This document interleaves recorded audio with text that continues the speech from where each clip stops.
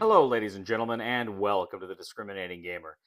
You know, I used to be addicted to time travel, but that's all in the past now.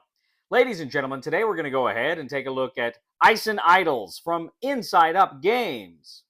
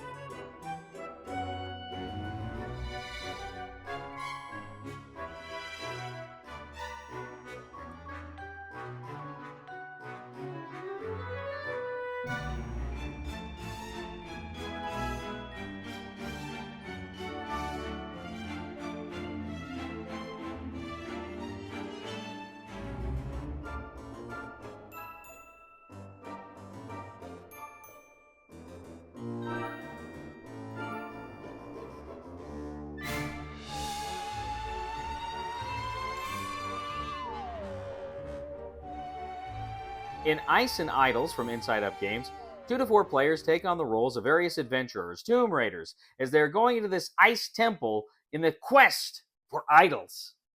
Each player has their own player board, which is going to have room for various idols that they can collect, as well as a card space for their character card at the bottom. You will also have a space for the various actions that you will spend, a marker to keep track of the various actions you spend. You'll start with 5 actions. You may have opportunities to do more as the game progresses. And then you're going to have a research track off to the side, which, depending on player count, you may block off the bottom row, and you're going to have kind of movable point value totals beneath them. In the center board, you're going to have this ice temple. Now, this is constructed using a feature that actually will rotate it when you want to move it, but you'll also have a number of tiles placed over it, and the tiles actually have tracks on them that lead to different places. Now, beneath the tiles, you also have spots to collect idols and to drop off idols. Now, on your turn, you're going to do some different actions. Now, you've got, as I say, this action point tracker. You start with 5 actions in the game. There are opportunities to get more, and even you can kind of use this special boost to move up to gain 1 action, but then you're going to lose some actions on your next turn. But basically, what you're doing on your turn is for every movement you make in this ice temple along the path, you are going to spend 1 action. When you get to a place with an idol, you can pick it up for another action. Now, initially, you're just going to have 1 hand. You can only hold 1 idol. Eventually, you'll be able to open up the other hand and hold 2 idols at a time. But you're going to go ahead, collect an idol. Then you can move again. You can find a place where you can drop off an idol. When you get to that place, you can spend another action point to drop it off. Now, sometimes you'll be able to do special idol actions, and sometimes you will also be able to do special character actions that will also cost you a number of action points.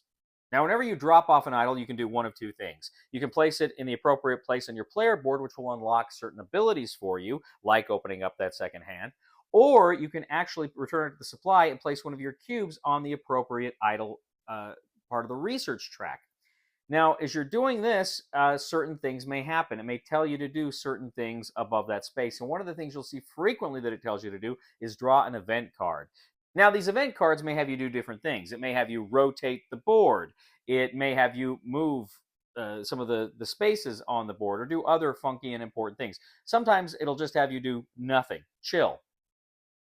But you go ahead, you resolve that or any other item it tells you. It may have you actually switch some of the point values of the different research tracks. So you go ahead and you take care of that as well, and then you finish your turn. Now, at the beginning of the game, players are also going to receive a key card. Now, this key card represents a specific pattern that you want to create with your colored cubes on the research track by the end of the game. Now, you can rotate this card to make it work, but you can't reverse it to make it work. So again, that is something else you're working for toward the end of the game. Now, the game ends if 4 of the 5 research tracks are filled, or if one player has all 10 of their research cubes on the research track. You complete that round, ensuring every player has the same number of turns, and then you go to final scoring. Players are going to earn a number of points for each cube they have on a research track that is multiplied by the score number beneath the research track. Any player that has their cube on the research track in places with bonus points will score those bonus points as well. If a player has all of the idols on their player board at the end of the game, they will score an additional 8 points. Finally, players will reveal their key cards. If they have matched the pattern on their key card on the research track, then they will gain those additional points as well. Whoever has the most points wins. Ice and Idols. We'll get back to the review in just a moment. I want to take a minute to ask you to check out my other channel, that is Cody Carlson, PhD, where we talk about history, books on history, military history. I even post some of my lectures for my classes on there. Please check that out. Please subscribe to that channel. And now, back to the review. All right, Ice and Idols. There's a little bit more going on here, but that's basically how you're going to play this game.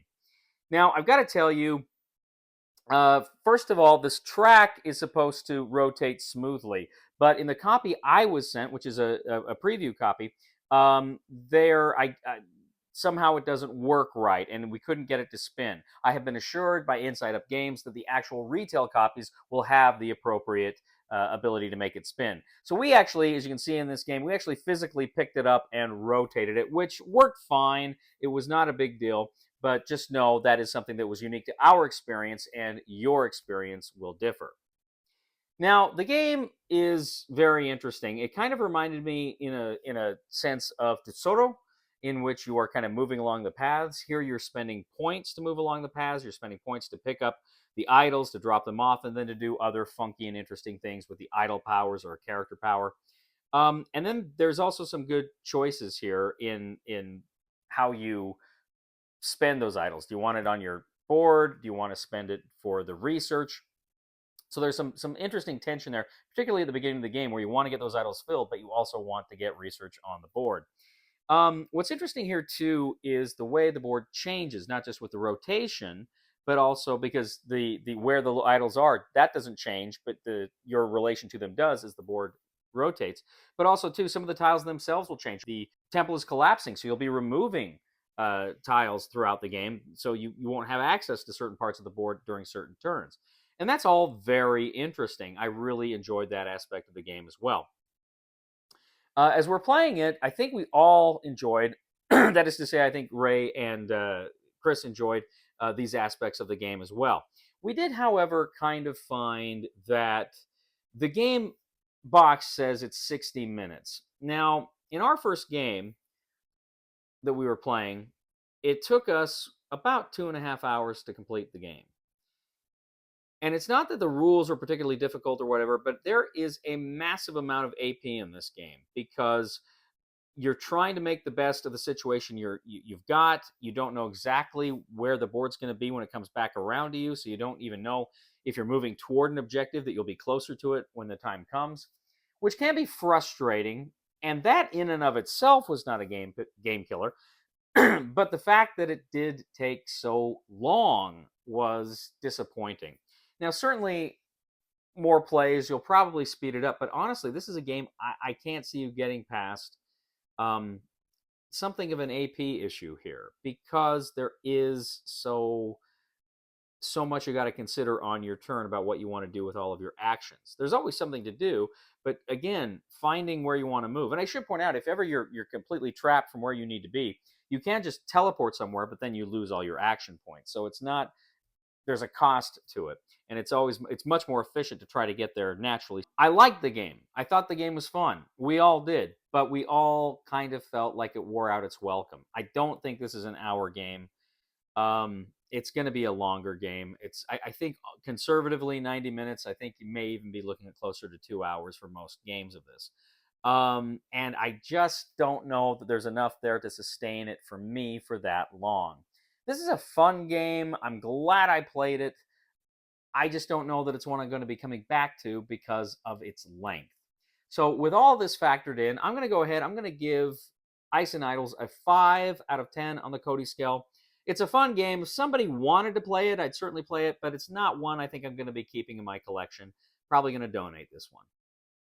Thank you, ladies and gentlemen, for joining us once again today here on The Discriminating Gamer. As always, we would ask you to please leave a comment here on YouTube, on Board Game Geek, on our Facebook page, or on X. We love to hear back from you.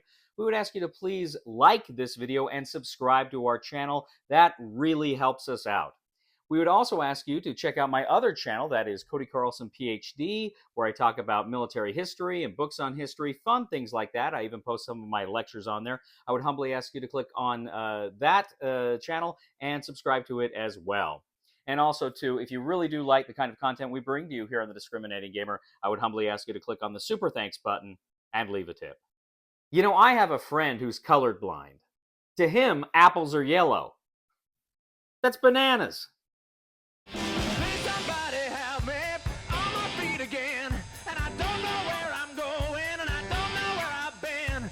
Please somebody help me on the solid ground. It's a long time, and I'll be dying. Once a year I wind up in the band. God knows that I love to fight. I'm going 1, 2, 3. You can't do that. Why? Oh, that's right, because you can't cross that. That's an arch. That's right. Okay, so Yeah, you can only go 1, straight to 2, it. 3, 4. Yep, and then your and fifth to 5. drop Yep. it. That's what he did. Okay. You didn't see it the first time? And then